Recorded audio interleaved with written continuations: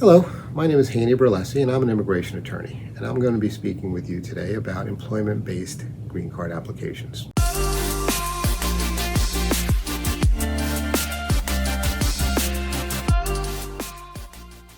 Now, there are many different ways an individual can obtain a green card here in the United States. Most people know about it is a family sponsorship, meaning I'm a foreign national, my U.S. citizen spouse sponsors me for a green card. A U.S. citizen parent can also sponsor a child. A U.S. citizen adult child can also sponsor a parent, and there are many other different relationships that are eligible for sponsoring someone for a green card. What I do primarily is employment-based immigration, and on the green card side, that means a company that wants to sponsor a worker for a green card. In most cases, under the employment-based green card program, an employer or company sponsorship is required. There are some exceptions to that do allow self-sponsorship or an individual to self-petition for a green card. And we'll talk about all of those over the course of the next few minutes. What are the benefits of having a green card? Well, unlike a temporary employment-based visa category that allows you to work for only that one sponsoring employer and only for a limited period of time, with a green card, you can work for any employer in any capacity and you can remain in the U.S. indefinitely. There are definite advantages to obtaining a green card. Now, there are basically 5 main employment-based green card categories, and they are what are called employment-based preferences, or what we immigration lawyers say are EB categories, EB standing for employment-based. And they run from EB1 to EB5. As I said earlier, most employment-based categories require an employer sponsor. Some do not. First EB preference category is EB1, and that is made up of 3 subcategories. That includes your individuals of extraordinary ability, your outstanding researchers and professors, and your multinational managers or executives. The individuals of extraordinary ability does not require an employer sponsor. An individual can self-petition for that. Just based on the name alone, you can gather it's not an easy category to qualify for. You have to show, basically, that you are an individual who has received international recognition for your accomplishments. And it can apply in any field. It can be in the arts, it can be in the sciences, it can be in business. Whatever work you do, if you have received international acclaim for what you do and your accomplishments in that field, you may qualify as an individual of extraordinary ability. And there is a list of 10 criteria in order to qualify for extraordinary ability classification, and you need to meet at least 3 of those criteria. Now, it is not as simple as just checking things off of a box. Some of the criteria include things such as having publications, earning a high salary, having other people write about you or appearing in the media. And I've had clients come in on occasion and say, well, I have 3 publications, check. I have a high salary, check. And I meet one of the other criteria, check. I'm an extraordinary ability classification. It's not that simple. The Immigration Service looks at the totality of the evidence. They see, based on everything you've presented, do you really have international acclaim in your field? And a good way to sort of look at this is, if you were to Google this person's name, something would come up. Something about what they do or what their accomplishments are would come up. And if someone meets that basic screening, that they are Google available, they may qualify for an extraordinary ability classification. Now, it's important to remember, all of these applications succeed or fail based on the supporting documents. And for an extraordinary ability application, there is quite a bit of supporting documents to support that you meet each of the criteria that you say you do. And in addition, typically you will need to submit reference letters from other outstanding individuals in your field who are going to say, well, what this person does is really extraordinary and obtain this level of success. Second EB1 category is for outstanding researchers or professors. That category does require an employer sponsor, and here you need to satisfy at least 2 of 6 criteria that include things similar to the extraordinary ability criteria: having publications, having other media that you have appeared in, performing in a critical capacity, having substantial achievement in your field, things like patents, for example. Here again, these applications succeed or fail based on the supporting documentation. The third category under EB1 is for multinational managers or executives. Here again, we do require an employer sponsor.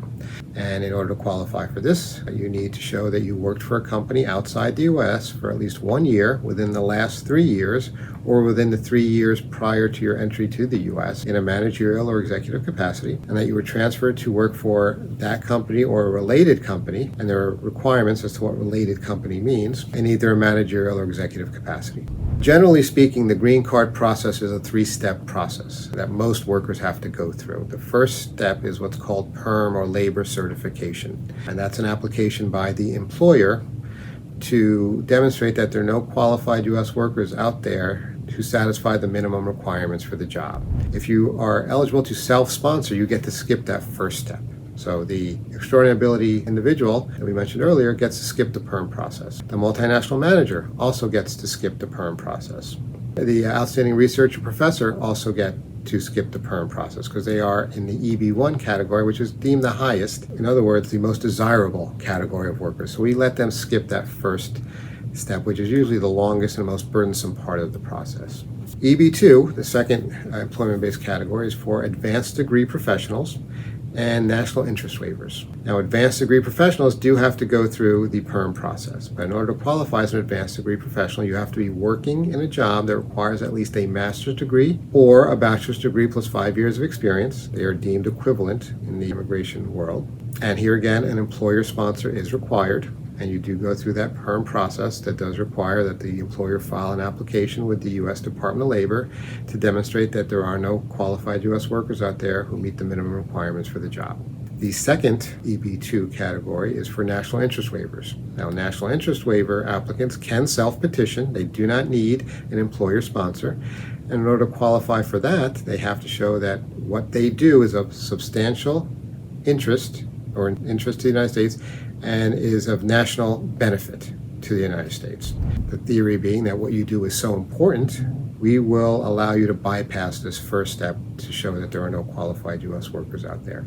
Now, in order to qualify for that, you have to show, as I mentioned earlier, that what you do is of substantial merit and national benefit to the United States. You also have to demonstrate that you are able to do that. National interest waivers are not easy to obtain, but here again, they can be used in a multitude of fields. I've seen them done in the arts, music, or other types of artistic fields. Used them a lot in the sciences. So if you can demonstrate that, you can bypass that PERM process.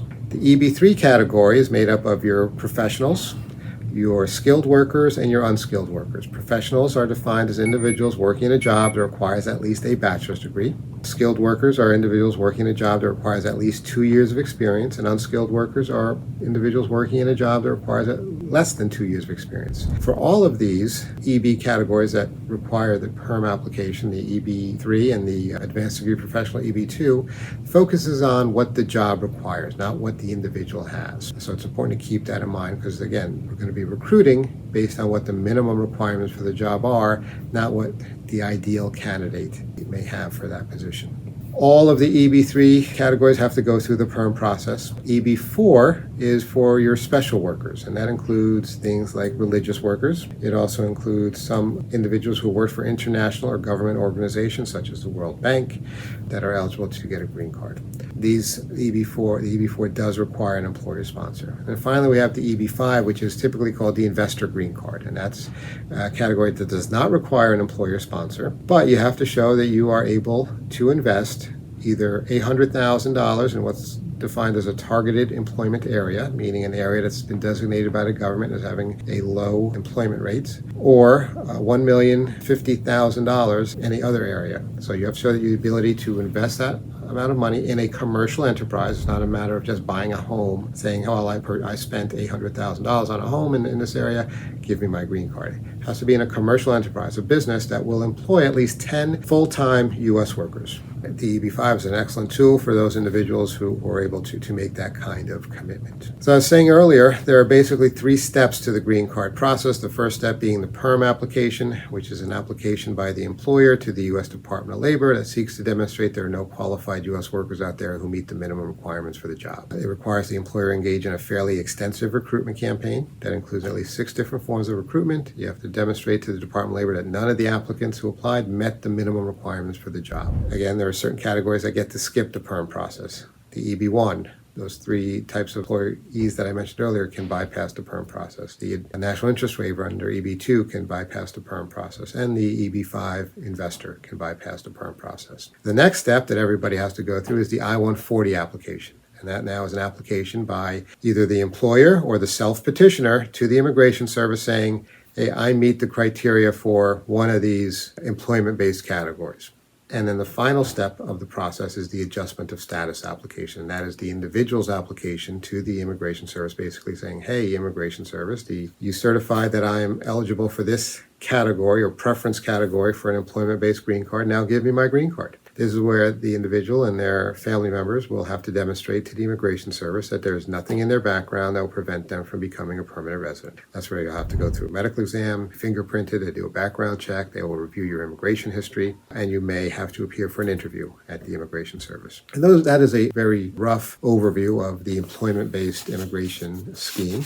Once you have your green card, you are eligible to work for any employer, as I mentioned earlier, in any capacity, and you can remain in the U.S. indefinitely. The next step after obtaining your green card for most people is to obtain citizenship or naturalization to becoming a U.S. citizen. In order to naturalize to a U.S. citizen based on having obtained your green card through employment, you have to have been a permanent resident or a green card holder for at least 5 years. You have to have been physically present in the U.S. for at least 2.5 of those 5 years. That means you have to be in the U.S. for at least 2.5 of those 5 years.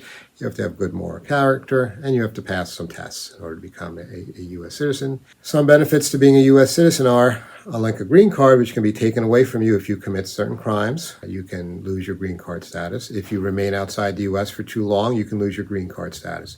If you're a naturalized U.S. citizen, even if you commit a crime, you may go to jail, but they're not going to take your citizenship away from you. You can remain outside the U.S. indefinitely and not lose your U.S. citizenship. So those are things to think about when deciding whether or not to naturalize. A lot of our clients are concerned, well, if I naturalize to a U.S. citizen, do I lose my citizenship from my home country? In some cases, dual citizenship is allowed. In some cases, it's not. Depends on the country. And obviously, that's a very personal decision that people need to make. In terms of the green card process based on employment, again, I mentioned the 3 steps. The last step of the process, the adjustment of status application, cannot be filed until there's a green card available for you. What does that mean? Well, there are only a limited number of green cards issued every year for employment-based green cards. So what happens is a backlog or a wait list develops because the demand far exceeds the supply of green cards that are available every year. And it's a fixed number of green cards. It's 140,000 green cards based on employment are made available every year.